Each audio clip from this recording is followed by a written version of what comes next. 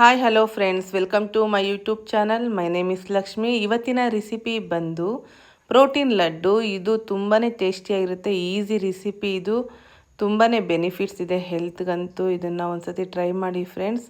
ನನ್ನ ಚಾನಲ್ನ ಯಾರ್ಯಾರು ಹೊಸ್ದಾಗಿ ನೋಡ್ತಿದ್ದೀರಾ ಎಲ್ಲರೂ ಸಬ್ಸ್ಕ್ರೈಬ್ ಮಾಡ್ಕೊಳ್ಳಿ.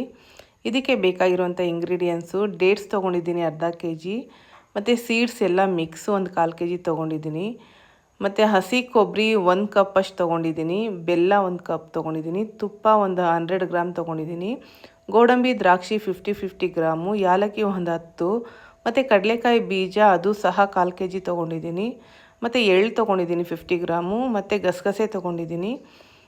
ಇದೆಲ್ಲನೂ ಸಹ ರೆಡಿ ಮಾಡಿ ಇಟ್ಕೊಬಿಟ್ರೆ ನೀವು ಈಸಿಯಾಗಿ ಮಾಡ್ಕೋಬಹುದು.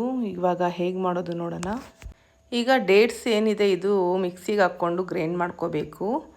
ಬೀಜ ಇಲ್ದಿರೋದು ತೊಗೊಂಡಿದ್ದೀನಿ 1/4 kg ಅಷ್ಟು, ಮತ್ತು ಸೀಡ್ಸು ಸಹ ಎಲ್ಲ ಥರ ಮಿಕ್ಸ್ ಇರೋ ಸೀಡ್ಸೇ ಸಿಗುತ್ತೆ ನಿಮಗೆ ಡಿಮಾರ್ಟಲ್ಲಿ.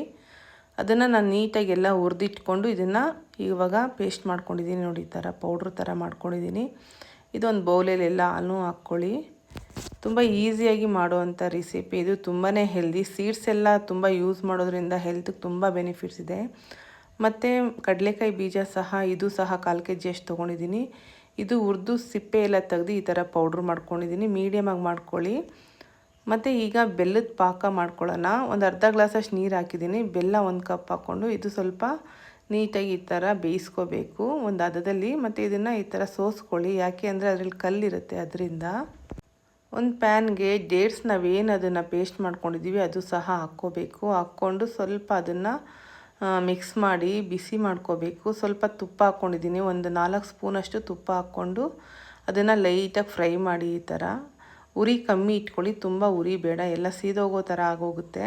ಮೀಡಿಯಮ್ ಉರಿ ಇಟ್ಕೊಳ್ಳಿ. ನೋಡಿ, ಈ ಥರ ಸ್ವಲ್ಪ ಬೇಯಿಸ್ಕೊಳ್ಳಿ.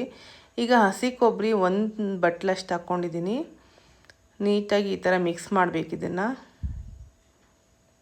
ಹಸಿ ಸ್ಮೆಲ್ಲೆಲ್ಲ ಹೋಗಬೇಕು, ಆ ಥರ ಮಿಕ್ಸ್ ಮಾಡ್ಕೊಳ್ಳಿ ಚೆನ್ನಾಗಿ.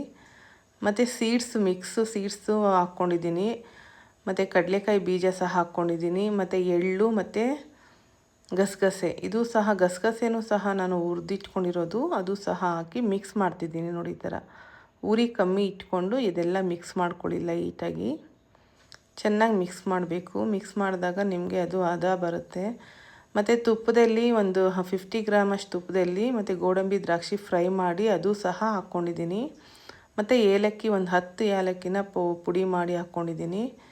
ಏಲಕ್ಕಿ ಹಾಕ್ಕೊಳೋದ್ರಿಂದ ಸ್ಮೆಲ್ ತುಂಬ ಚೆನ್ನಾಗಿರುತ್ತೆ. ಈಗ ಬೆಲ್ಲದ ಪಾಕ ಅದು ಸಹ ಇದಕ್ಕೆ ಹಾಕ್ತಿದ್ದೀನಿ. ಏನಕ್ಕೆ ಅಂದರೆ ಉಂಡೆ ಕಟ್ಟಬೇಕಲ್ವ, ಅದರಿಂದ ಸ್ವಲ್ಪ ಬಿಸಿ ಬಿಸಿ ಬೆಲ್ಲದ ಪಾಕ ಹಾಕಿ ಚೆನ್ನಾಗಿ ಮಿಕ್ಸ್ ಮಾಡಿದ್ರೆ ಇದು ಉಂಡೆ ಕಟ್ಟೋದಕ್ಕೆ ತುಂಬಾ ಹೆಲ್ಪ್ ಆಗುತ್ತೆ. ನೋಡಿ ಫ್ರೆಂಡ್ಸ್, ತುಂಬ ಈಸಿ ರೆಸಿಪಿ ಇದು. ನೋಡಿ, ಆಲ್ರೆಡಿ ಆಗ್ತಿದೆ, ತುಂಬಾ ಚೆನ್ನಾಗಿದೆ, ಮಕ್ಕಳಿಗೆಲ್ಲ ಕೊಡ್ಬೋದು.